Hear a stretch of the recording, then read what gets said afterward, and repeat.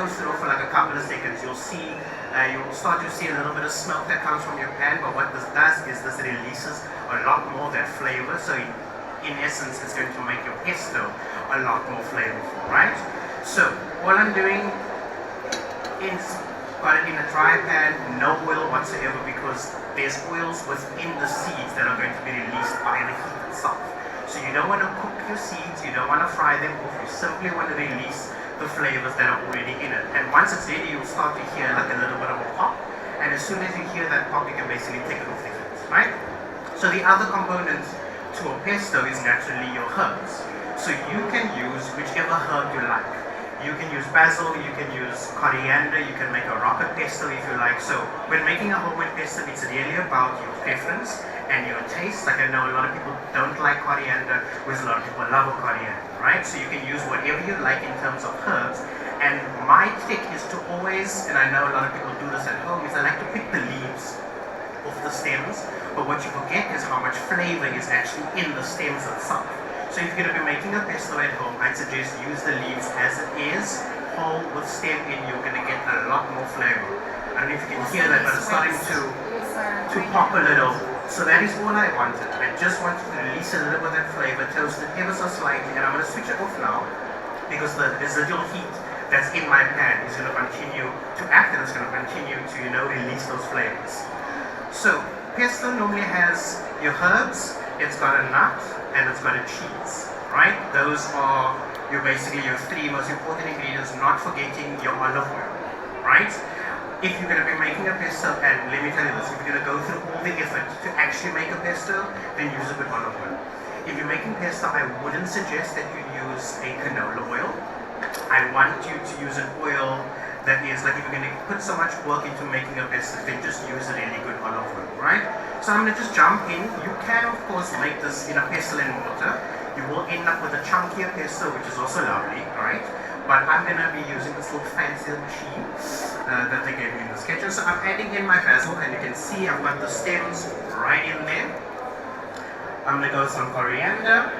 And like I said, you can use as much of any herb as you like.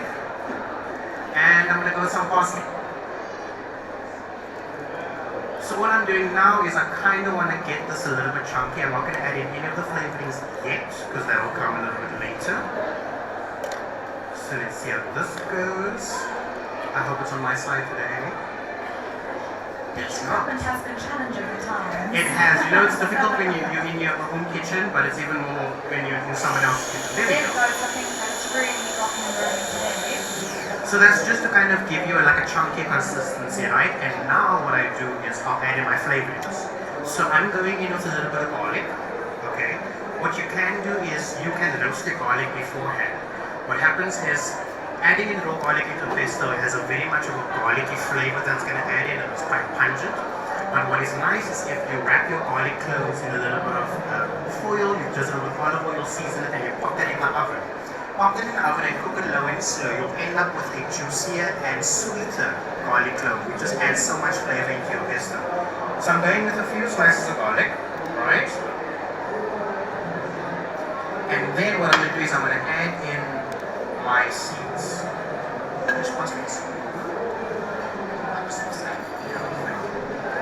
Cool, so I'm going to add in my pumpkin seeds now.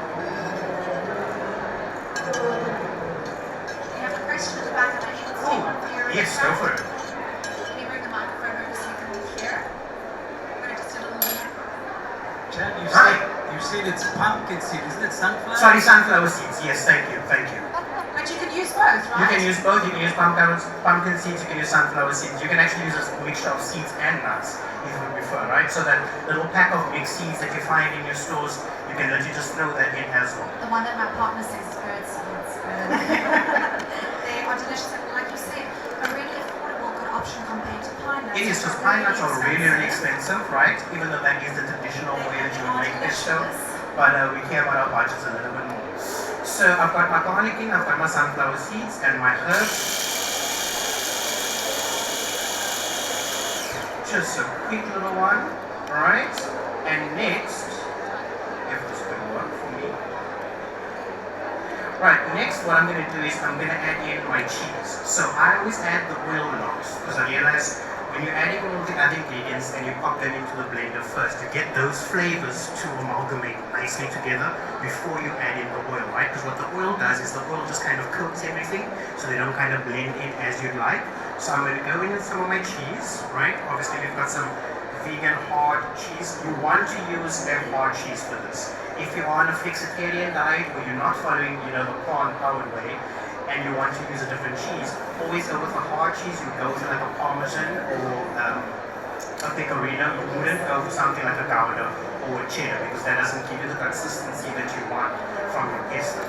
So I've got my cheese in. You really find a lot of these plant-based cheeses now, and particularly in Checkers cheese range. 100%. Incredible range of plant-based products. Right, so I've got cheese in. And that's come together nicely. Now, at this stage, you can actually take it out of the blender and simply just add your oil in and it becomes almost like a dressing, right? Which is also great if you make a double batch. You can put half of it in your actual recipe and the rest you can kind of, just keep in a jar in the fridge, toss it over those vegetables in the oven, toss it through a salad. So make a big batch of this if you're going to go for the trouble in there. And how long will that stay in the fridge, Jack? In the fridge, if it's sealed, I normally go for about 2 to 4 weeks, right? Once you start opening it, then you're going to have to use it within a couple of days, right? So you can see that texture is quite nice.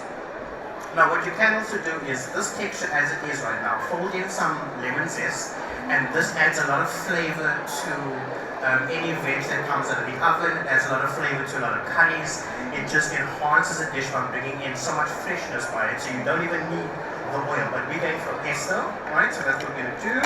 And you could actually add a spoon of this to, for example, a soup or a stew, just to give Yes. it that brightness. I've got another question at the back. Sure, let's I'm go for going to just bring my microphone over. Hi there. Could you use olive oil if you wanted to instead of olive oil? 100%. You can use any flavored oil that you like, just based on the flavor profile that you want for your pesto. So if you're making a basil pesto and use a basil flavored oil or a garlic flavored oil, it works exactly the same. The other oil itself is obviously quite a nice solution oil, like an olive oil, really good quality ingredient as well. So they're fantastic to also add to something like this. Okay.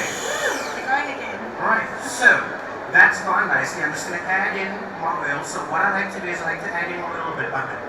But when you add in too much of oil, it almost shocks the pesto and then it doesn't quite, become what you want it to be. So I've just got a little bit in there because I kind of want to keep it into like a paste consistency, and you'll see exactly why now.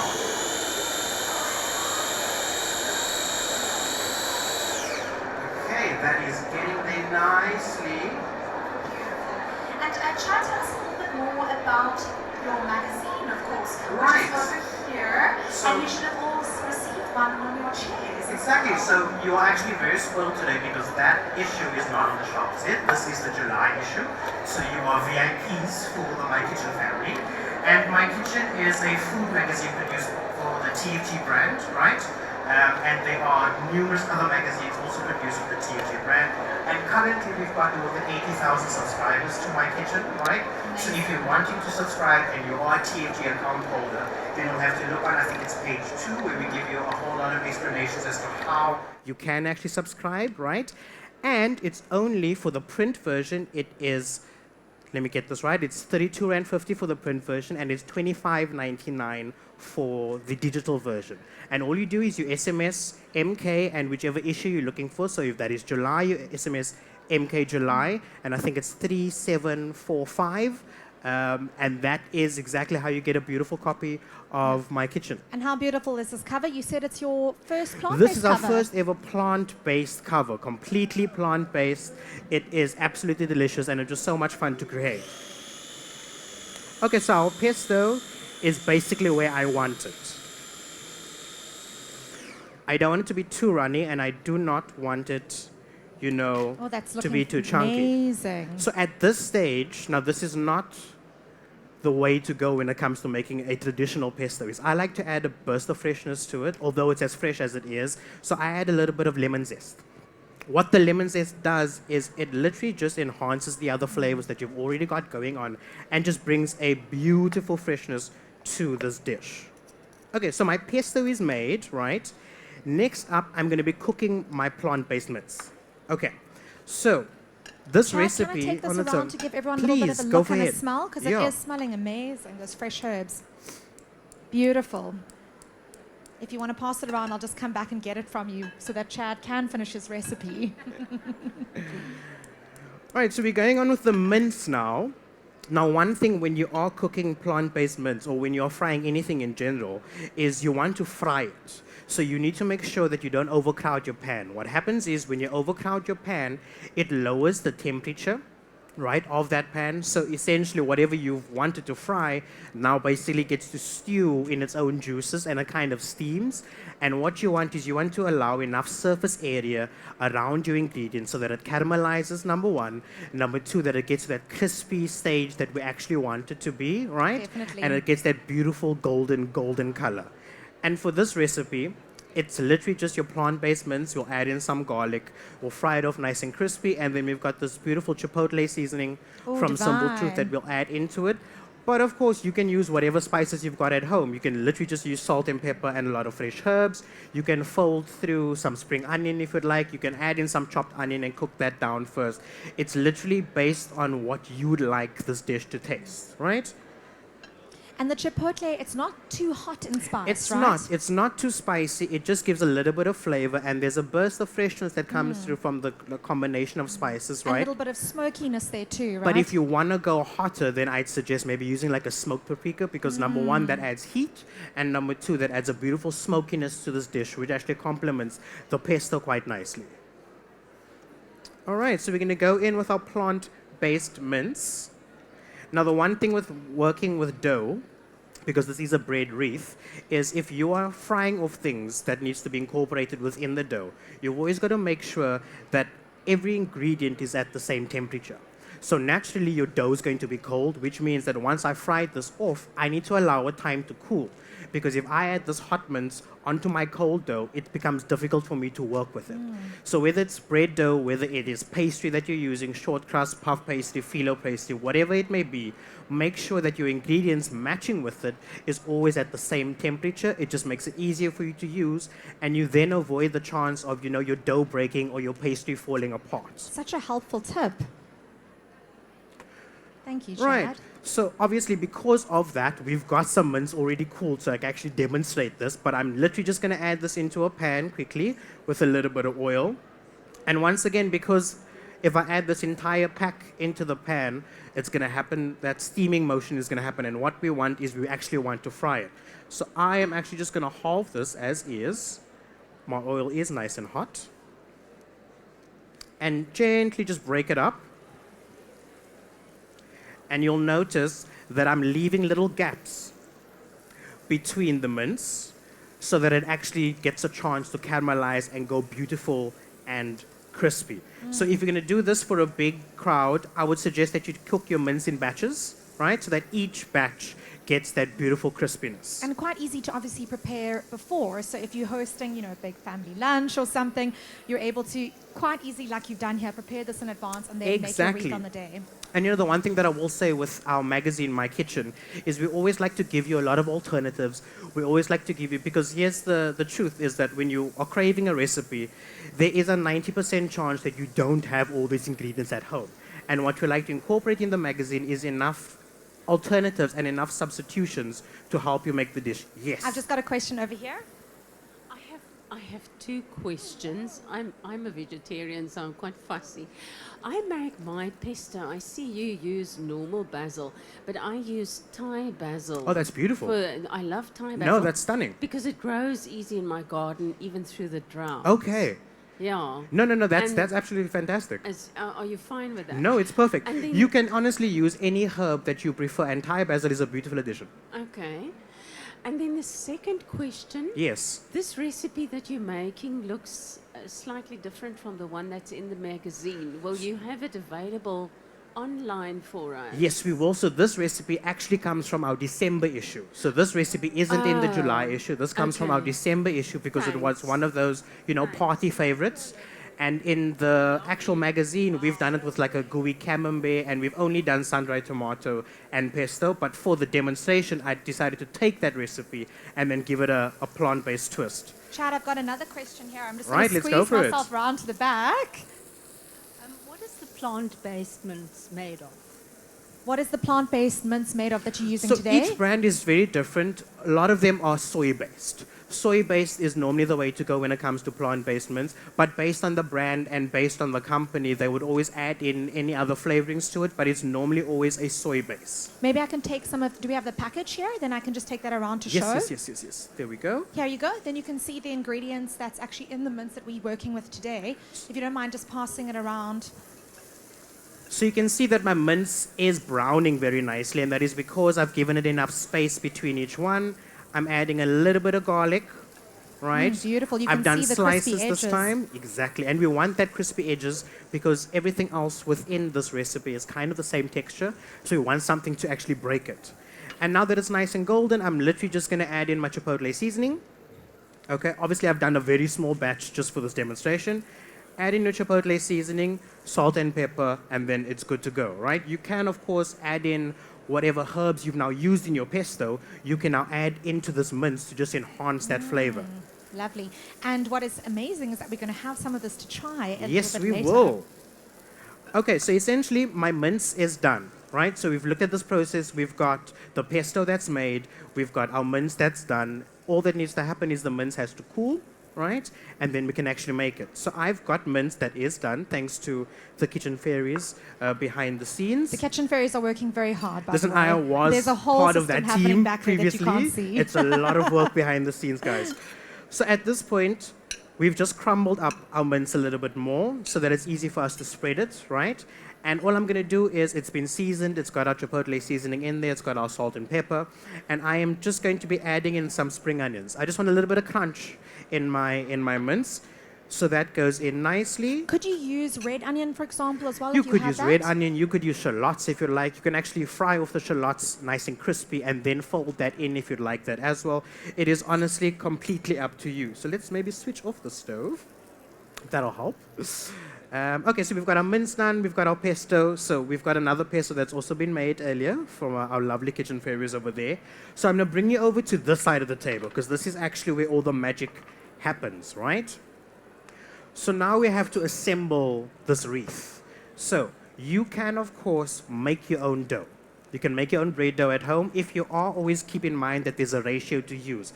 It's always 5:3. So it'll always be 5 parts flour against 3 parts your water, right? If you are going for gluten-free, there are so many other flours you could use. You could use chickpea flour if you'd like, rice flour. Maybe a bit of tapioca just to make sure you've got that Yes. elasticity into the dough. Because you need a little bit of that elasticity, right? So I've just got the regular store-bought dough. A lot of people, we don't have time to be making dough at home. It's like 11 Rand at the shops. You get it at the bakery. You'll find it where they've got all the garlic breads and, you know, your pittas and things. And I always like to do this is I call them ahead of time because sometimes you miss that gap when the bakery's closed. So I always call them ahead of time, order a kg, and then I can actually keep this in the fridge and make fat cook tomorrow, for example. Amazing. Very convenient. Exactly. So we've just rolled it out a little bit. I am actually just going to roll this out slightly more. And you just put a little bit of normal cake flour on the This bottom. is just regular flour at the bottom. You can also use semolina flour if you'd like. You can use polenta like they do with pizzas because that just kind of helps prevent that sticking process. Yes. So all you're wanting to do is to roll this into a rectangle. Like I know we're going for a wreath, but we're going to start off at this rectangle first, right? Then the first step is to add your pesto in, right? So what we're going to do is I've rolled it out nicely. I am making a much smaller version just for this dem. So we're just going to lather on our pesto. Oh, that color is so beautiful. This one's quite bright and green and smooth. So what I'm actually going to do, Amy, do you want to pass me? Oh, no, I've got it over here. I'm going to add in the chunkier one that I've just made. So we've got that texture in as well, right? Beautiful. And all we are doing is make sure that you leave a little bit of gaps on all sides, right? But you're basically just going to lather and lather generously, like you've gone through the effort to make this pesto. So let's give it, you know, the time to shine that it deserves, right? So I've got my pesto on very nicely. And next I'm gonna go with my plant-based mince. And we're just gonna scatter it around very nicely. I mean, you can get as messy as you like. This is also a great recipe if you've got little ones to help with in the kitchen. They'll love getting involved here with their hands, kneading the dough and sprinkling on all the fancy bits. So I'm going to go with a little bit of my mince, making sure I've got enough of that, spring onion action in there. Okay, so that's done. And now we go with our sun-dried tomatoes. So we've just got store-bought sun-dried tomatoes. If you can't find, you can also make your own sun-dried tomatoes. Literally just buy a bag of regular salad the mince in tomatoes, case you plum wanna have a look. tomatoes, or cherry tomatoes, right? Pop them in the oven, drizzle them with a little bit of oil at an oven at about 120, but you've got to leave them in for about 2 to 3 hours so that they dry out nicely. And then as soon as they're done, pop them into a jar, cover them with oil, and there you go, right? So I'm going to go in with my sun-dried tomatoes. You can, of course, chop them up if you'd like. I'm going to keep them whole and chunky as is, and you just basically want to dot it around. So make sure that you've got enough sun-dried tomatoes to cover everything. I think one more would be good. All right, and then now my favorite. So I am a lover for cheese. All things cheese-related, that's me. So now what you're going to do is we're going to sprinkle over our vegan cheese. And at this stage, I would suggest be generous, guys. Let's not shy away from the beautifulness. No, it's fine. Okay. All right, so I've got my cheese over, and here's where the fun bit comes in. So now what we're wanting to do, we've got this beautiful rectangle. At this point, it kind of looks like a pizza.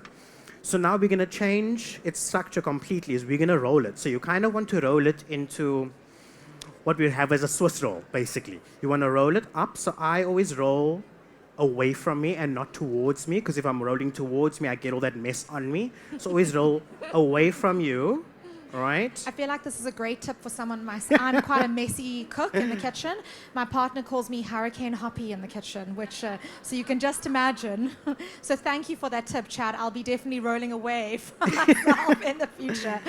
Right. So we've got our beautiful log now, and we've sealed the edges. And then you want to take a sharp knife. You want to take a sharp knife and cut all the way down the middle. Right? And you might have to go over with your knife a couple of times so that you end up with 2 long strips. Okay? And you're going to have to just kind of keep it together nicely, because with all those layers, it does fall apart. But that's fine. That's part of the process. So don't worry about that. Make sure you cut each layer nicely. Okay? And one more. And then now at this stage is we're going to create that plait, that braid that we're looking for. So this is just hold them together like that. Wow, that looks so cool. Right, so you can see the beautiful colors. Beautiful. Okay, so now at this stage, we've got our 2 beautiful strips. Okay, and this is where your hands do get messy. So don't wear anything fancy in the kitchen if you're going to be making this recipe. It will get pesto and sun-dried tomato all over it. So then we've got our 2 long strips, right? And now all we're going to do is we're going to braid it. So we're going to plait the 2 ends together and simply just do our twist. So you're going to twist it. And yes, some of the filling will fall out, but that is quite fine. We just want to create that beautiful braided shape. Right, so as you can see, it's braided nicely, and then all you do is you bring them all together, twist it nicely, and twist these ends together, and then your wreath is ready to go into the oven. That is so great. Right. And what a nice way to get the whole family involved during a long weekend or something. Exactly. Get the kids to make the wreaths. Fantastic. So now at this stage, you could brush it with oil if you're going to pop it into the oven immediately. I would then suggest, if you have bought, like your store-bought sun-dried tomatoes, I would then suggest that you use the oil from your sun-dried tomatoes to now brush it. What you can also do is you can actually use some of the oil from your basil pesto and use that to brush your wreath, right? Pop this into the oven at 180 degrees for about 30 to 40 minutes. always with bread is you'll test it with a skewer. Once you've inserted a skewer and it comes out clean, then your bread is ready, right? And as soon as it comes out of the oven again, you want to take that same oil, whether it be the sun-dried tomato oil or your basil pesto, and just brush it one more time, right? And because this turns into a beautiful wreath, what you can do is slice it up for, if you're serving quite a few, you slice it up beautifully, right? And then in the center, you can pop in some onion marmalade, for example. You can pop in some chili jam, for example, so that when Lovely. people grab a slice, they can have this as an accompaniment. You could also do a dipping sauce if you'd like. It's completely up to you. So that goes into the oven for about 30 to 40 minutes. You bring it out, you brush it with your oil, and then it is good to go. Wonderful. So I think we need to get the other ones in. I know Do we that have the one? fairies We are do not busy yet. getting everything ready They for are. us. But maybe in the meantime, I can take some more questions if Yes. anyone's got Does any other anyone have questions. any questions? Yes, of course. Okay. All right, we've got some questions here at the back. 1 second. Can I just pass the microphone to you?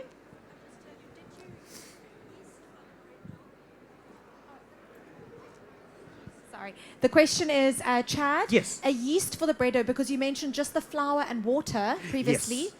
So Yeast it's, as it's, well. it's your Yeah. 5 to 3, so it's your 5 parts flour and your 3 parts water, right? You'll need your sachet of yeast, so it's normally about 10 grams. I know some packets are about 7 grams. It's all the same, right? And then you add in a pinch of salt. I like to add in a little bit of sugar. And then you can enrich the dough if you like. So at this stage, you can add a little bit of oil. If you're going to do a basil pesto, then maybe a basil flavored oil you can add into your actual bread dough, right? And then that essentially is one bread dough ratio done. Fantastic. We've got another question over here. Yes. 1 second. Hi, if you don't want to use herbs, can you maybe roast red peppers? Any other ideas to No, use completely. pesto? Completely. You could make a pesto with your red peppers by all means, or any other pepper if you'd like. And then I would suggest that you roast it off in the oven. Actually, what I'd suggest is you burn the skin. So if you've got a gas flame, right, because you don't want that skin to be in your pesto, right? So you pop your peppers on the flame until they charred nicely. If you've got an open flame on a fire, that works beautifully as well. Then you want to add that hot pepper that's charred into a bowl, cover it with cling film, and because of that heat, the skin will start to peel off. So then you can easily just peel it that way, pop it into your blender, and then your pesto is good to go. Fantastic. I actually have a little prize to give away, and this is Yes. called green tea plus vitamin C. I mean, do you not need anything else I mean, better it's for winter winter, coming right? up, yeah. Right now. So I think Chad mentioned a few facts earlier I did. about his magazine, The one MyKitchen. was the prices for our digital and print. So we Right. want to find out what the price for the MyKitchen The digital price. magazine is. Who's got it? That is correct, All right, though. that was is so correct. fast. Yeah, congratulations. And- Share them with your friends. And then just on the topic of MyKitchen, you know, with TFG brand, there are so many other magazines that we also do. If you're looking at subscribing and you want to do a bulk subscription, there is something for everyone in the family. So, for example, for dads, we've got our sport and tech magazines. For the busy mom, we've got our balanced life. If you're looking to turn your house into a home, for example, we've got Living Space magazine, and there's a kids Ooh, magazine. look what's coming out Here of we the go. kitchen. We've got our kids magazine with a lot of Yay! interactive. Let's all have a It's big round of fantastic. applause for Thank Chad you. and the kitchen fairies at the back. That I'm looks actually going to pop this right over spectacular. here. Wow. Let me just move this. Let me grab this guy. Right, so as you can see, it puffed up beautifully. It's really one of those like centerpieces if you are entertaining, or if you've got to go to like one of those potlucks where you've got to bring something along.